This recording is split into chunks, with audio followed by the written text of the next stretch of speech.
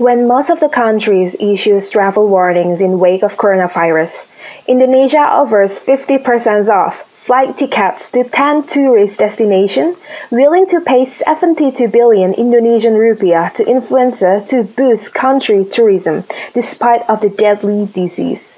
We can see here that tourism industry in Indonesia is a big deal, and that's our reason why we choose tourism as our topic assignment. In this video, you will see a brief interview on Indonesian tourism stakeholders such as Satpol PP, search and rescue team, parking attendants, and the visitor at Parangtritis Beach. Seharusnya dari pemerintah itu punya punya inovasi lah.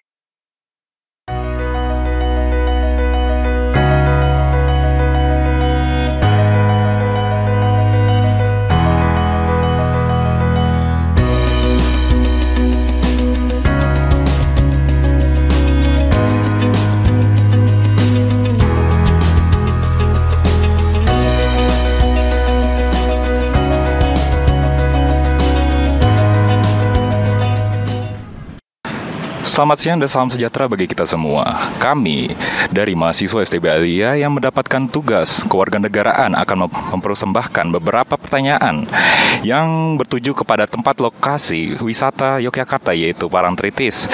Kami akan memberikan beberapa pertanyaan kepada lokasi-lokasi yang menjadi spot lokasi yang bagi pengunjung itu menarik. Berikutlah beberapa pertanyaan yang diberikan kepada wartawan berikut ini. Ya, di sini seperti yang kalian lihat, kami akan mewawancarai Mas Nugroho selaku koordinator lapangan sektor 3 tentang perihal kenapa masih ada korban sedangkan peraturan sudah tertera jelas pelangnya di area Parangtritis. Apakah di sini Dinas Pariwisata dan pemerintah harus berinovasi? Mari kita ulik.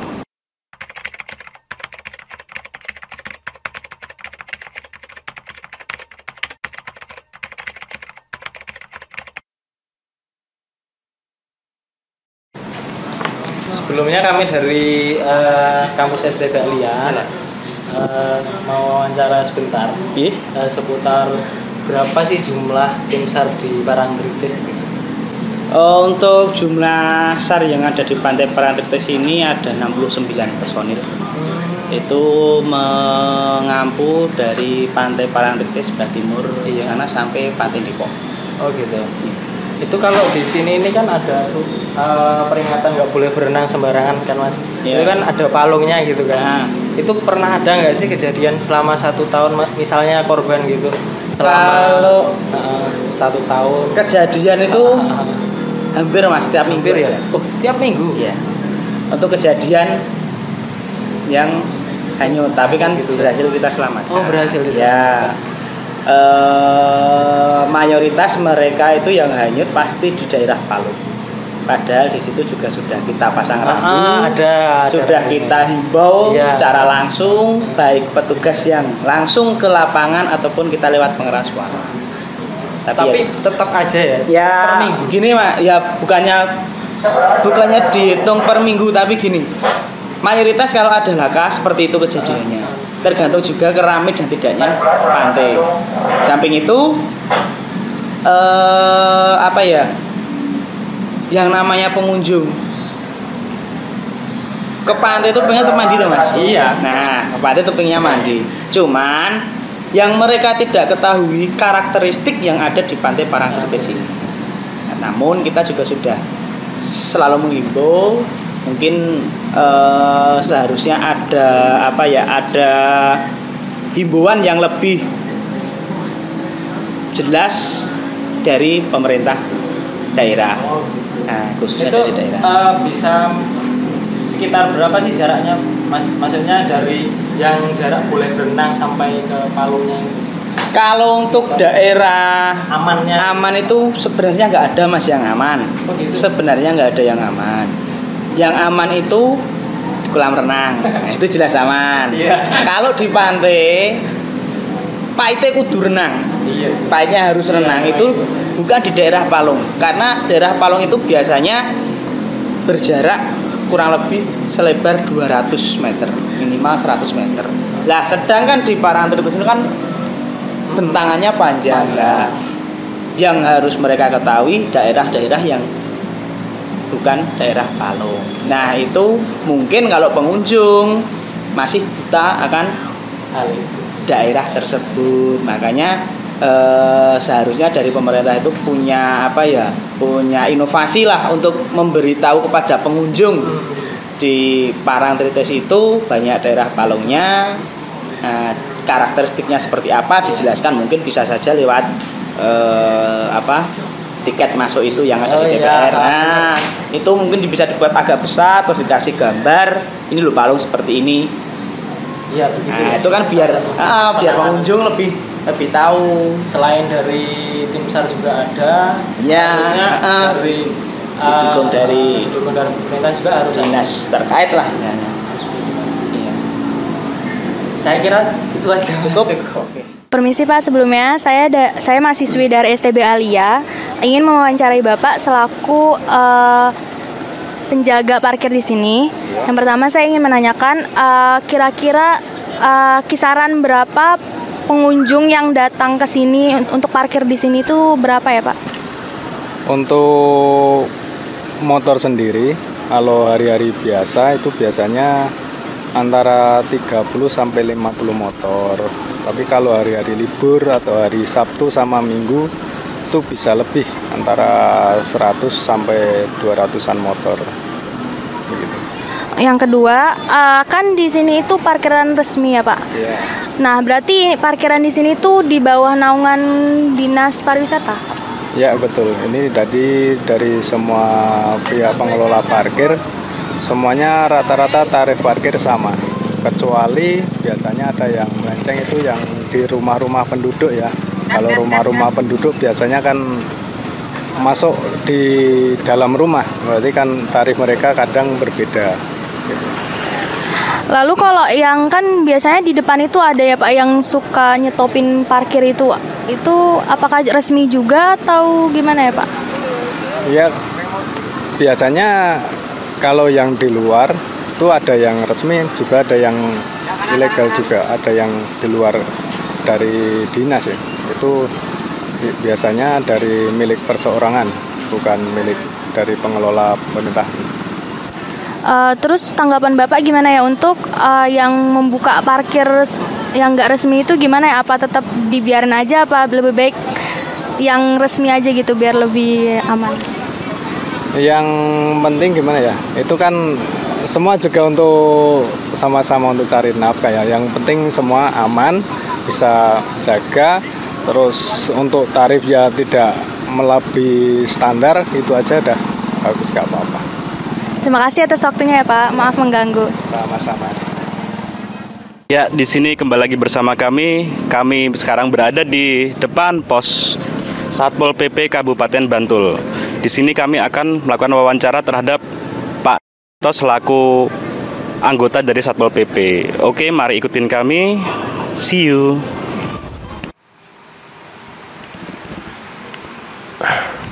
Oke, kami dari STB Alia Yogyakarta. Di sini di kantor Satpol PP Parangtritis, dan saya di sini bersama Bapak Asma sih? Pak. Jadi saya di sini akan memberi beberapa pertanyaan kepada Bapak. Oke, langsung aja. Yang pertama, apa saja sih Pak tugas Satpol PP di objek wisata Parangtritis ini? Yang pertama ini Mas, penertiban para pedagang yang terutama yang para pedagang di pinggir pantai gitu. Oke, dan pertanyaan kedua, bagaimana cara mengatasi pelanggaran peraturan, pelanggar peraturan gitu? Untuk sementara ini baru pemberitahuan, terus ya secara gimana, secara keluargaan lah. Belum pakai tindakan tuh enggak. Oh. Diberitahu, diarahkan ke hal yang lebih baik itu aja. Oh. Kayak gitu ada denda nggak sih Pak? Nggak ada. Oh, nggak ada ya. Adakah saran dan kritik terhadap Dinas Pariwisata? Dinas Pariwisata, Mas. Iya. Ada sih sebenarnya, jadi itu yang para pedagang apa kita yang di sini yang di Pulau kan permintaan Dinas Pariwisata ya. Iya. Cuma sampai sekarang jadi apa peraturan yang baku yang di sepanjang pantai dari Parangkusumo itu belum ada dari pariwisata, jadi kita mau kerja agak setengah-setengah gitu. Oh,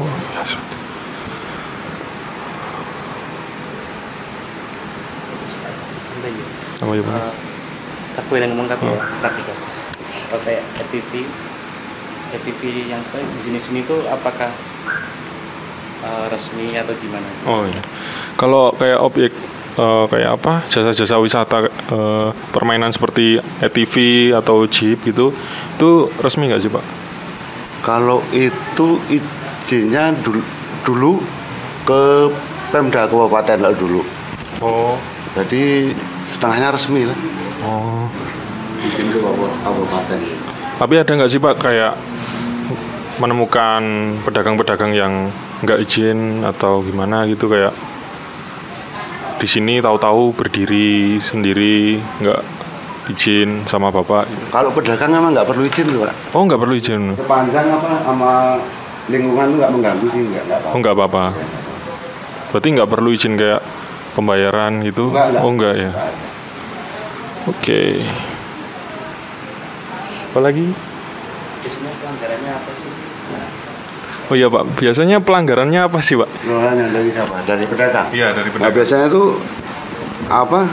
Bikin tenda-tenda terus apa pakai terpal tuh kan kelihatan kumuh tuh kan. Kalau yang gitu-gitu nggak boleh. Gitu. Seperti itu teman-teman. Kebersihan? Kan itu maksudnya kebersihan kan Pak? Iya. Itu nanti kebersihan termasuk fungsi dari Satpol PP atau ada dinas pariwisata? Kebersihan ada UPK sendiri dari pariwisata.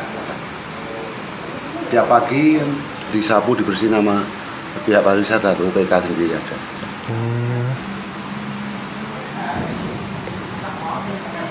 Wis. Terima kasih Pak. Terima kasih banyak. Kita udah mewawancarai Pak. Sebagai apa Pak di sini Pak? Ya, anggota Satpol PP. Anggota Satpol PP.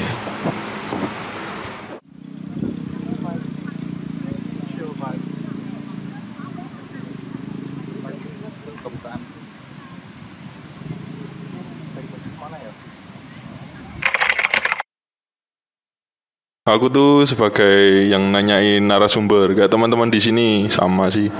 Ya, tapi saya juga itu disuruh bawa mic, bukan disuruh sih, inisiatif aja sih. Ya, aku kan punya barang mahal, jadi apa gunanya nggak dimanfaatkan, mubazir kan Mas ya.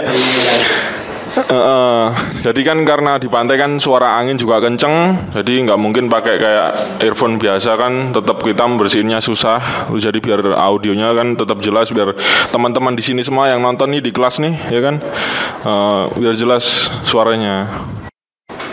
Ya tentunya anggota ya. Jadi saya kemarin itu ditugaskan menjadi kameramen, begitu Mas. Kemarin saya di proyek itu sebagai anggota yang menanyakan kepada para narasumber, yaitu narasumber itu tukang parkir. Udah. Pengunjung? Iya sih, sebagai pengunjung juga. Oke. Sebagai anggota dari suatu tim yang benar-benar seru, tapi kedapatan kerja juga buat mewawancarai salah satu pengunjung buat jadi narasumber gitu. Okay. Saya sebagai anggota dan saya juga mewawancarai salah satu pengunjung dari luar kota yang datang ke Pantai Parangtritis. Saya sebagai salah satu editor dan paling utama saya sebagai pengunjung. Saya sebagai anggota ya, dan sebenarnya kemarin itu saya dapat kerjaan buat nanya wawancara ke salah satu pengunjung. Kebetulan itu nanyanya itu berdua, maunya nanyanya tuh gantian. Ternyata teman saya sendiri yang ngomong. Jadi di sana saya cuma jadi figuran saja. Sebagai anggota dan bisa dibilang juga apa ya, bingung saya. Bisa dibilang tuan rumah tapi nggak tuan rumah kali, cuman menampung di base camp yang ada di Bantul. Jadi teman-teman kemarin kan pada kumpul tuh di base camp. Ya gitulah keadaannya, berantakan dan tak terurus gitu. Yang namanya home alone ya gitu ya Mas ya. Oke. Actually aku nggak tahu aku sebagai apa di sini. Jadi ya kalau mau ngedit ya ayo ngedit, mau kerja sok sibuk ya ayo aku juga mau sibuk. Sepertinya saya di sini sebagai motivator. Saya mungkin sebagai penjaga adik-adik ini semua ya di pantai. Iya. Suka deh.